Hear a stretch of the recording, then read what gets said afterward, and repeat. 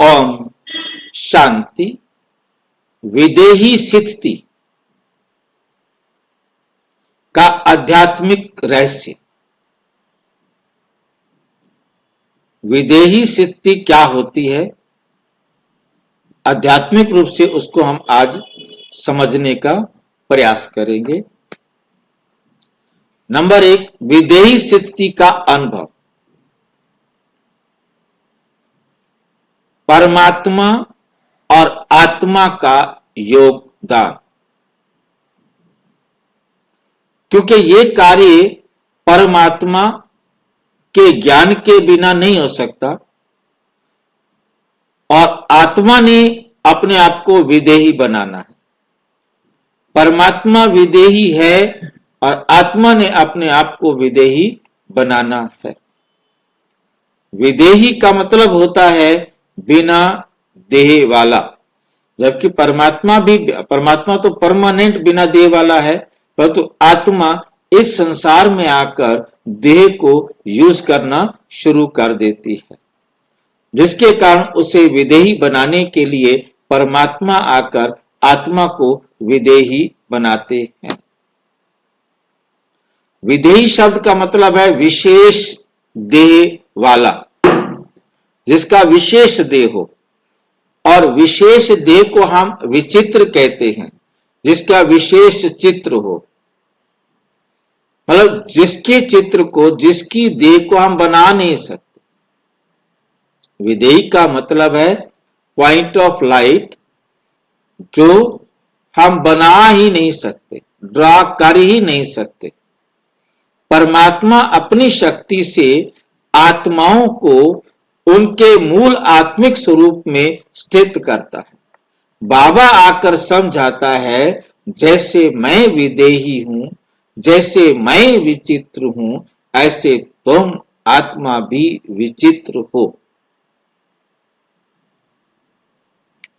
तुम्हारा भी कोई चित्र बनाना चाहे तो बना नहीं सकता, तुमको भी कोई देखना चाहे तो देख नहीं सकता।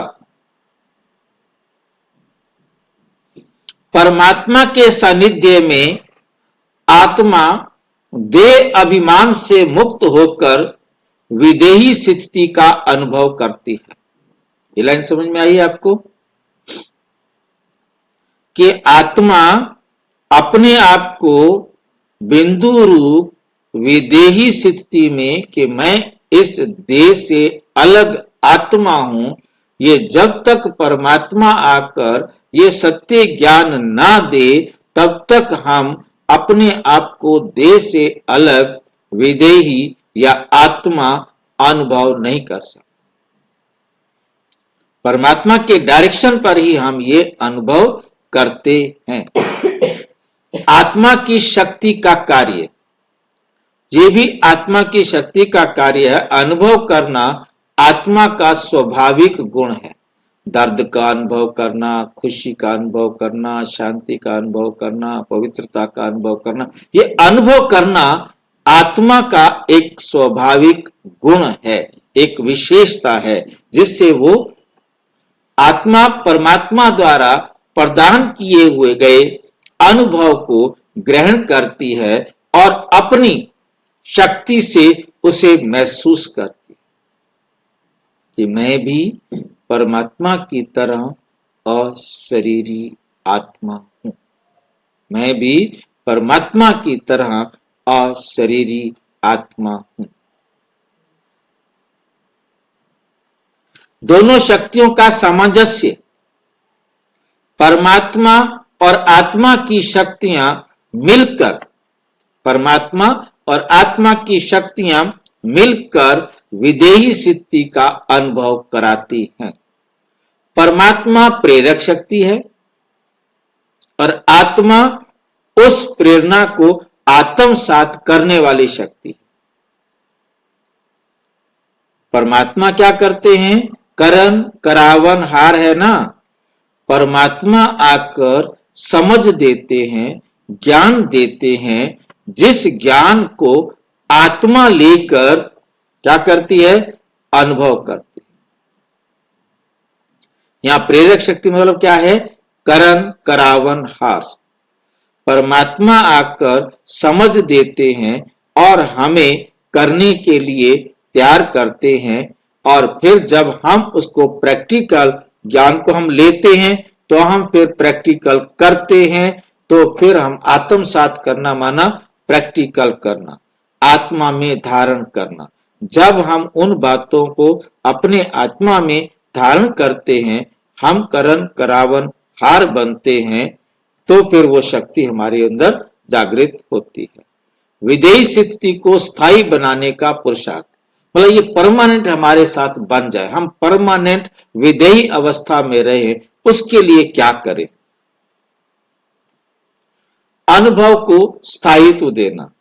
विदेही स्थिति का अनुभव स्थायी रूप से आत्मा में स्थापित करना आत्मा के पुरुषार्थ पर निर्भर करता है। क्या हम अपने आप को विदेही समझने का पुरुषार्थ करें, ये हमारे पुरुषार्थ पर निर्भर है ना। हम कितना पुरुषार्थ करते हैं, हम कितना बार बार अपने आप को समझाते हैं, और उसको समझाने के साथ उसको बैठकर अनुभव करने का प्रयास करते हैं। जब हम उसको बार बार अनुभव करने का पुरुषार्थ करेंगे, तो जब धीरे धीरे अनुभव हुआ, बाबा कहते आपने 1 सेकंड का भी अनुभव कर लिया, तो फिर ये 2 सेकंड भी होगा, 5 सेकंड भी होगा और 10 सेकंड भी होगा। पर तो आपने पहले सेकंड का ही अनुभव नहीं किया, पहला स्टेप ही आपने नहीं उठाया, तो आपका दूसरा स्टेप उठने वाला नहीं है, आगे बढ़ने वाला नहीं। हाँ जी, आपका होता है अनुभव? बैठकर करेंगे तो होगा ना, बिना बैठे तो नहीं होगा ना।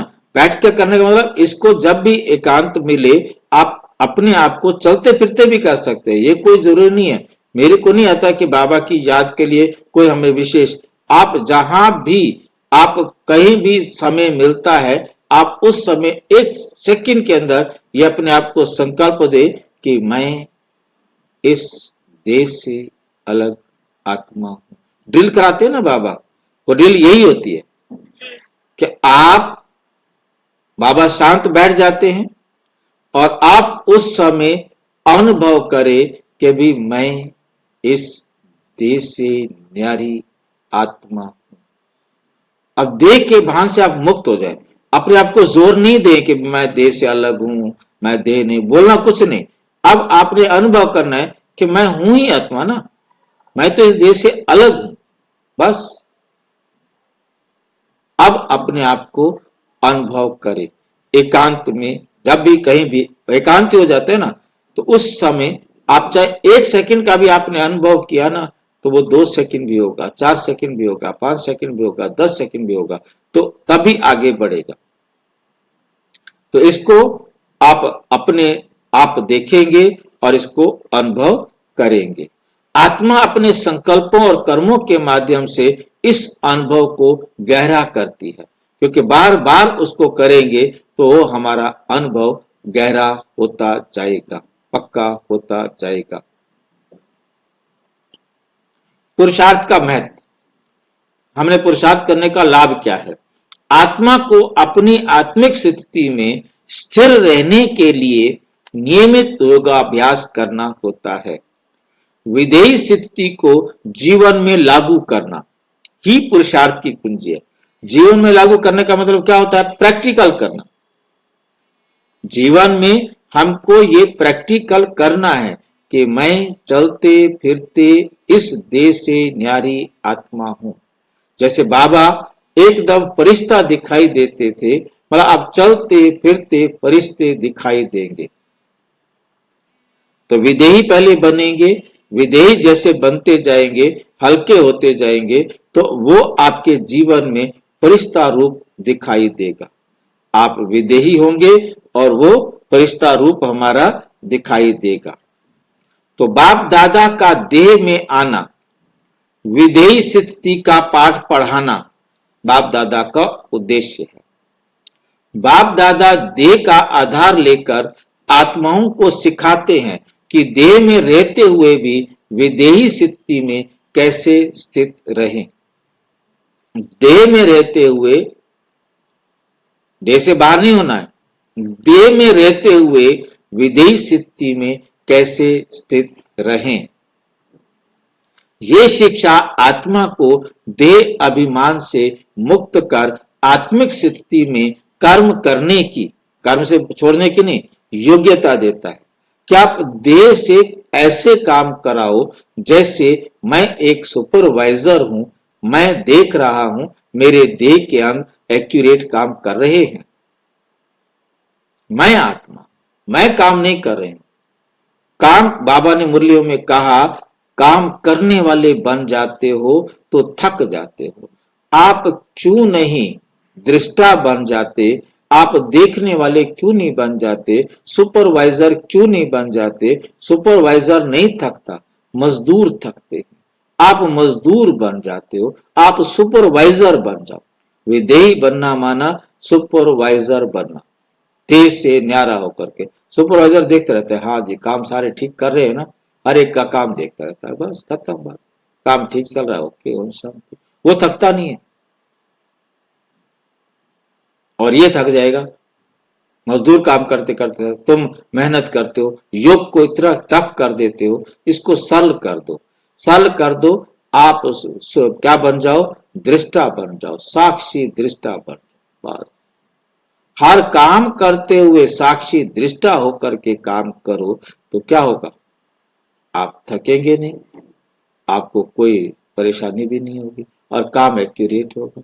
बाबा की श्रीमत पर आपने देखते रहना है, बस मैं आत्मा हूं, मैं देख रही हूं, ये शरीर काम कर रहा है, करो करो करो, शाबाश शाबाश, अच्छे बच्चे काम करते रहो। विदेही स्थिति का व्यवहारिक स्वरूप, जीवन में रहते हुए, कर्म करते हुए आत्मा को विदेही स्वरूप में स्थित रहना सिखाया जाता है। काम करते हुए, बैठ करके नहीं। यह स्थिति आत्मा को साक्षी भाव में रहकर उच्चतम कर्म करने में सक्षम बनाती है। नंबर 4, आध्यात्मिक संदर्भ, बाप दादा की मुरलियों से प्रेरणा, विदेही स्थिति का महत्व। जैसे आप विदेही देह में आते हुए भी विदेही स्वरूप में रहते हैं, वैसे आप भी, जैसे बाप जो है विदेही स्वरूप में रहता है, वैसे आप भी देह में रहते हुए विदेही स्थिति में स्थित रहो। ये स्थिति आत्मा को स्थायी सुख, शांति और शक्ति प्रदान करती है। कर्म और विदेही स्थिति का संबंध, देह में रहते हुए विदेही स्वरूप में स्थित रहना ही सच्चा पुरुषार्थ है। यह स्थिति आत्मा को देह अभिमान और सांसारिक बंधनों से मुक्त करती है, सांसारिक बंधनों से मुक्त करती है। क्योंकि हम एकदम अलग हो गए ना। निष्कर्ष में आता है, विदेही स्थिति का अनुभव परमात्मा की शक्ति और आत्मा के स्वाभाविक गुणों का परिणाम है। समझ में आया? विदेही स्थिति का अनुभव परमात्मा की शक्ति, आत्मा के स्वाभाविक गुण का परिणाम है। जो हमारा स्वाभाविक गुण है अनुभव करना, हम अनुभव कर सकते हैं। हमें अनुभव करने के लिए साक्षी दृष्टा होकर के अनुभवी बनना है।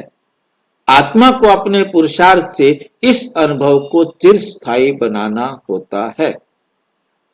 बाप दादा के सिखाए मार्गदर्शन के अनुसार आत्मा को जीवन में विदेही स्थिति को व्यवहारिक रूप से अपनाना चाहिए। ये स्थिति आत्मा को उच्चतम चेतना में स्थित स्थापित कर कर्मों का को सशक्त और दिव्य बनाती है। मुरली में कैसे कहते हैं बाबा, विदेही बाप दादा को भी देह का आधार लेना पड़ता है। 19/12/85 को मुरली में कहा बाबा ने, किस लिए? बच्चों को भी विदेही बनाने के लिए। जैसे बाप विदेही है, देह में आते हुए भी विदेही स्वरूप में है, विदेही पन का अनुभव कराते हैं, ऐसे आप सभी जीवन में रहते, देह में रहते विदेही आत्मिक स्थिति में स्थित हो इस देह द्वारा करावनहार बनकर कर्म कराओ। जैसे मैं करण करावनहार हूं, ऐसे आप भी करावनहार बनकर कर्म कराओ। क्योंकि करणहार में आप क्या करते हो? करणहार में आप क्या करते हो? अपने कर्मेंद्रियों से कर्म कराते हैं। मैं करणहार पूछ रहा हूं बहन जी, करणहार में आप क्या करते हो? आत्मा बाबा के ज्ञान पे करती है। क्या करती है? आत्मा बाबा के ज्ञान को ग्रहण करती है। हाँ, परमात्मा से ज्ञान ग्रहण करना, ज्ञान लेना, ये आत्मा का काम है। परंतु इस शरीर से कराना करावनहार है। तो इसलिए बाबा ने शब्द क्या प्रयोग किया है? करावनहार बनकर कर्म कराओ। समझ अक्कल तो मैंने दे दी है तुम्हें। अब तुम अलग हो जाओ, तुम सुपरवाइजर बन जाओ और इस शरीर से कर्म कराने वाला बन के करवाओ, करना नहीं। जैसे शिव बाबा हमसे संसार को स्वर्ग बनवाता है, ऐसे आपने भी सुपरवाइजर बन के क्या करना है? शरीर से कर्म करवाना है। कोई डाउट है तो पूछो।